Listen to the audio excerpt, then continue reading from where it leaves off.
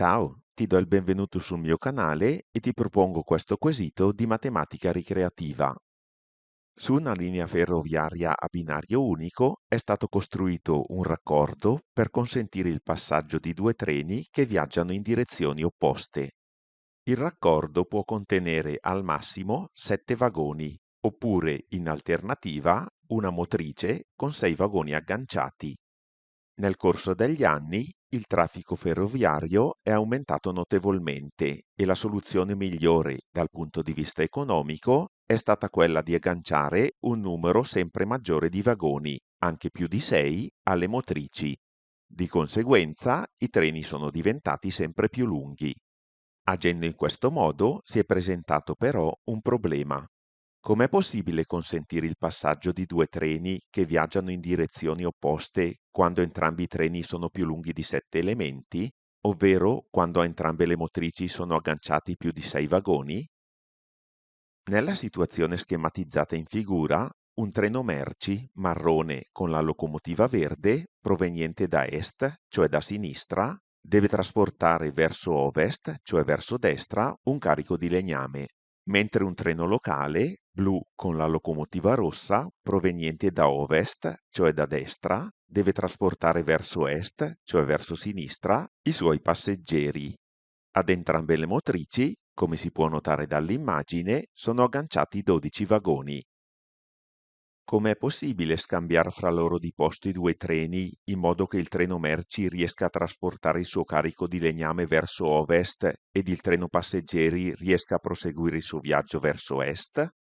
La situazione finale, dopo gli opportuni trasferimenti, è quella mostrata in figura.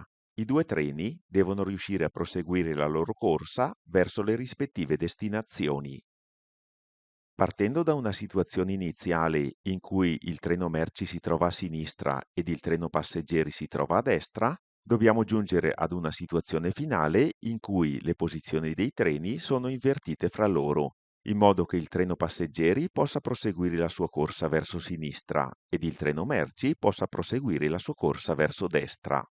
Per rispondere al quesito, ricorda che la locomotiva può agganciare molti vagoni per volta, non esiste un numero massimo, e può trainarli o spingerli lungo i binari.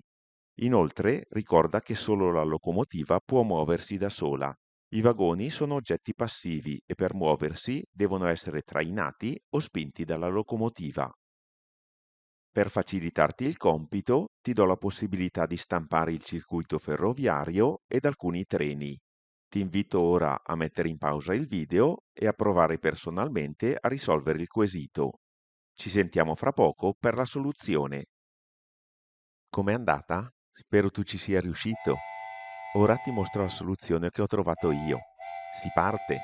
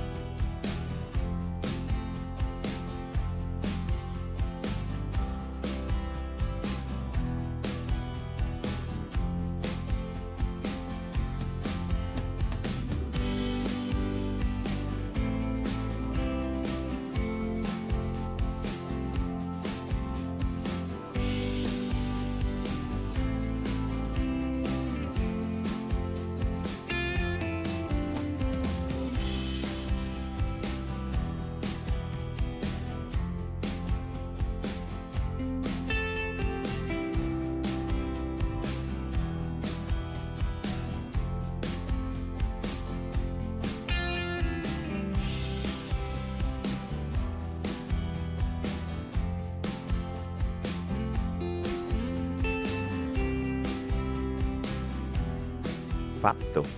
Non so se ti sei accorto, ma la soluzione che ti ho proposto, iterata più volte, andrebbe bene anche nel caso in cui i treni trasportassero molti più vagoni, anche 20, 30 o 50. Se vuoi, puoi provare ad inventare tu nuove situazioni e a risolverle. Intanto, se il video ti è piaciuto, ti invito a mettere un like e a condividerlo con gli amici.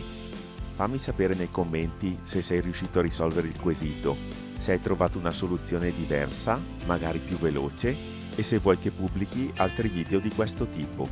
Se non l'hai già fatto, ti invito anche a considerare l'opportunità di iscriverti al canale e di attivare la campanella, in modo da rimanere sempre aggiornato sulle mie nuove pubblicazioni. Ti ringrazio per aver seguito il video fino alla fine e ti invito a visitare il canale, su cui troverai molti tutorial didattici e ricreativi. Ti aspetto! Ciao!